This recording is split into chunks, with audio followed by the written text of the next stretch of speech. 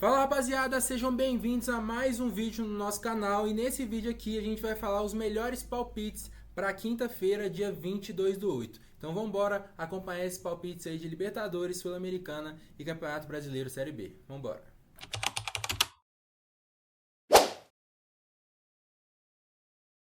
Já vamos começar falando de jogaço, né? Cruzeiro e Boca, depois de perder por 1-0 o jogo de ida, Cruzeiro agora vai receber o Boca Juniors aqui no Mineirão, tá? Então, eu sou de Belo Horizonte aqui, pra quem não sabe, sou cruzeirense também.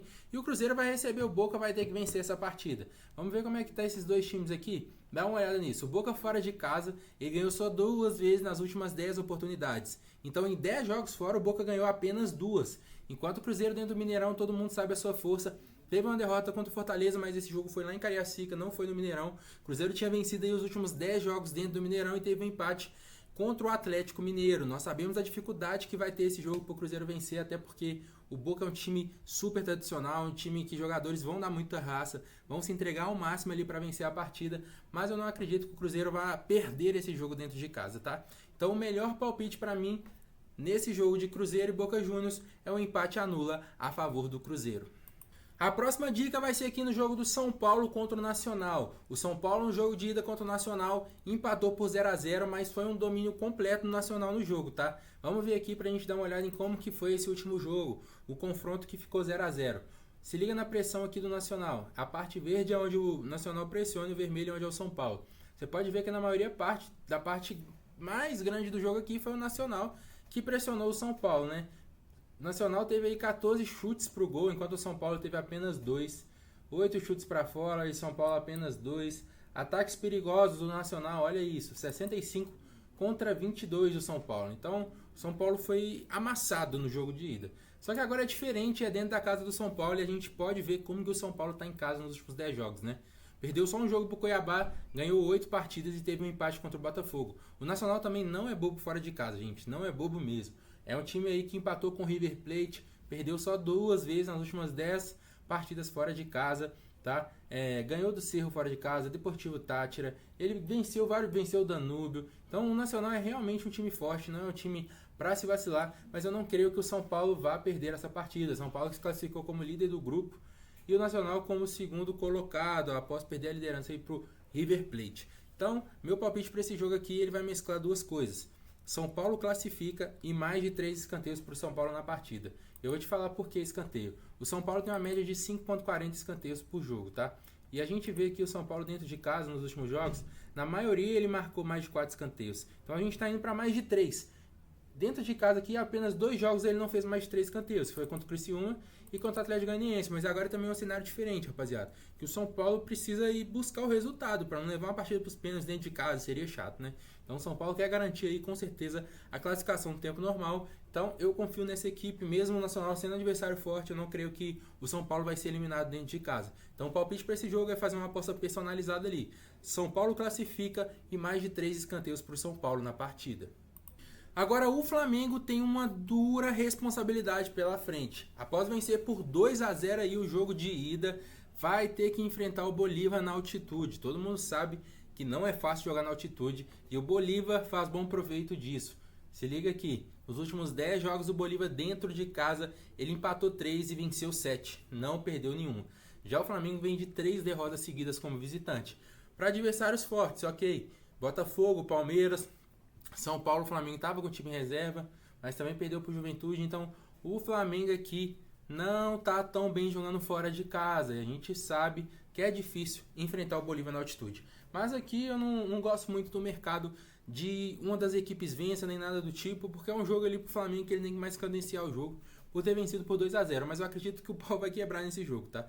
Por ser altitude, os jogadores do Flamengo ali vão passar por um momento de pressão, o Bolívar eu acho que vai tentar tomar conta do jogo, então o Flamengo vai ter oportunidade demais também de sair no contra-ataque, que o Bolívar vai ter que matar as jogadas ali, então vamos dar uma olhadinha na média de cartão, que é o que eu mais gosto, tá? Olha pra você ver, Bolívar tem média de 5,50 cartão por jogo e o Flamengo 3,60. O mercado que mais me chamou a atenção nesse jogo aqui, analisando e vendo as odds, a coisa mais legal que eu achei nesse jogo é ambas equipes recebem 2 cartões ou mais. Então os dois aí tem que tomar pelo menos 2 cartões. Se você olhar aí nas casas de apostas, se você colocar mais de 5, mais de 6 cartões, a odd vai estar mais baixa que isso, tá?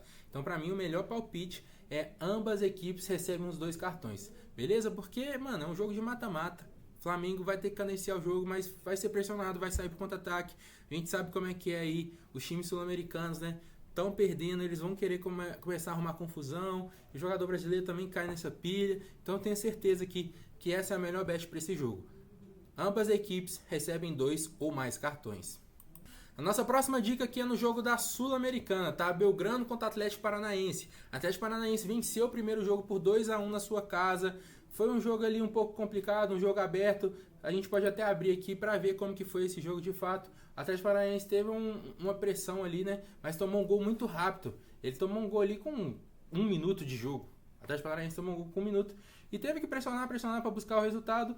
E buscou. Virou o jogo. Foi um jogo intenso. A gente vê que teve 7 cartões amarelos na partida, tá? O Atlético Paranaense finalizou o gol aí 20 vezes. Mas o Belgrano também finalizou 18 vezes. Então foi um jogo assim, com muita oportunidade para os dois times. Mas o que eu acho nesse jogo de volta? O Belgrano, ele é um bom time jogando dentro de casa. Não é um time bobo. Você vê que nos últimos 10 jogos ele empatou 4, venceu 5 e perdeu apenas 1. Mas o Atlético Paranaense também é um adversário forte fora de casa. Mas o que mais me chamou a atenção aqui, olha nos jogos fora de casa do Atlético Paranaense.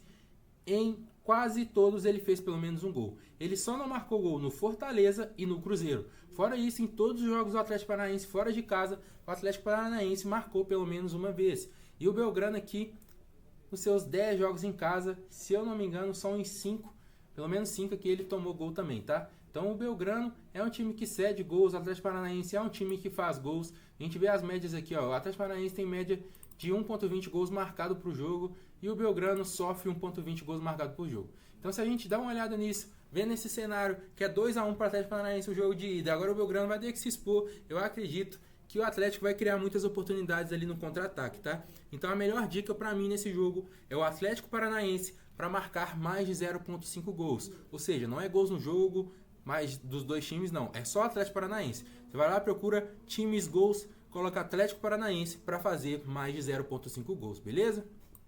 E a nossa próxima dica é na Série B do Brasileirão, o Sport contra Coritiba, tá? O Sport hoje ocupa a 6ª posição do campeonato, deu uma caída ali, estava na zona de classificação, agora está um pouco mais para baixo, mas ainda está bem perto, mas precisa vencer, né? Precisa vencer porque hoje o Sport está com 32 pontos. O quarto colocado, que é o Vila Nova, está com 36. E o Sport tem 3 jogos a menos. Então ele precisa vencer esse tipo de jogo para tirar a diferença. Se não tirar a diferença agora, vai ficar difícil correr atrás depois.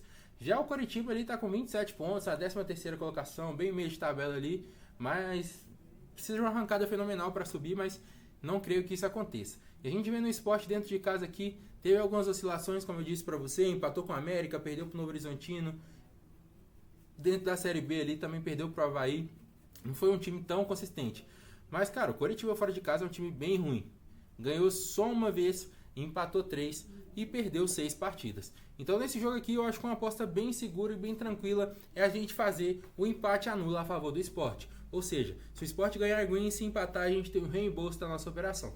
Aqui olhando nesse cenário, sabendo que o Sport precisa vencer para tentar voltar aí à zona de classificação para a Série A do Campeonato Brasileiro, eu creio que essa aposta seja muito segura, beleza? Então essa é a dica, empate anula a favor do Sport de Recife.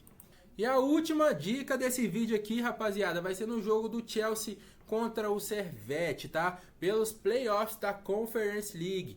Todo mundo sabe que o Chelsea aí fez 1 milhão de contratação, provavelmente foi o time que mais gastou aí na temporada inteira, no mundo inteiro com contratação. Foi o Chelsea e não conseguiu arrumar nada na Premier League no ano passado, mas acabou que conseguiu uma vaguinha para os playoffs da Conference League. Então o Chelsea vai ter que vencer esse jogo, né? Não dá para fazer feio, mas nós sabemos que a odd do Chelsea também está bem ruim. A odd do Chelsea está bem baixa e o que eu acho que seja a melhor opção para esse jogo? A gente pode colocar o handicap menos 1,5 do Chelsea, mas eu prefiro acreditar no Chelsea para vencer o primeiro tempo e eu vou explicar por quê, rapaziada. Se você olhar aqui, ó, o Chelsea nos jogos que ele ganhou em casa, esse jogo, ele ganhou o primeiro tempo.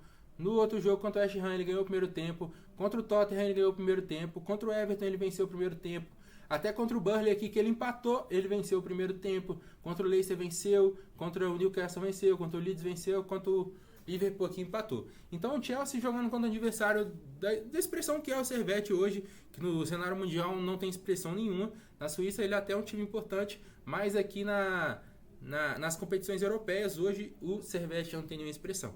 Já o Chelsea não pode mais fazer feio e vai ter que vencer essa partida. Jogando ainda dentro da sua casa, eu acho muito difícil o Servette conseguir segurar ali esse primeiro tempo, né? Então a melhor dica para esse jogo é o Chelsea vencer o primeiro tempo. Fechou, rapaziada? Essas aí foram as dicas de hoje. Se você gostou do nosso vídeo, clica aqui para se inscrever no nosso canal, comenta aí, deixa seu palpite sobre esses jogos e o link do nosso grupo também está na descrição desse vídeo aqui, valeu? Tamo junto, fiquem com Deus e até o próximo vídeo.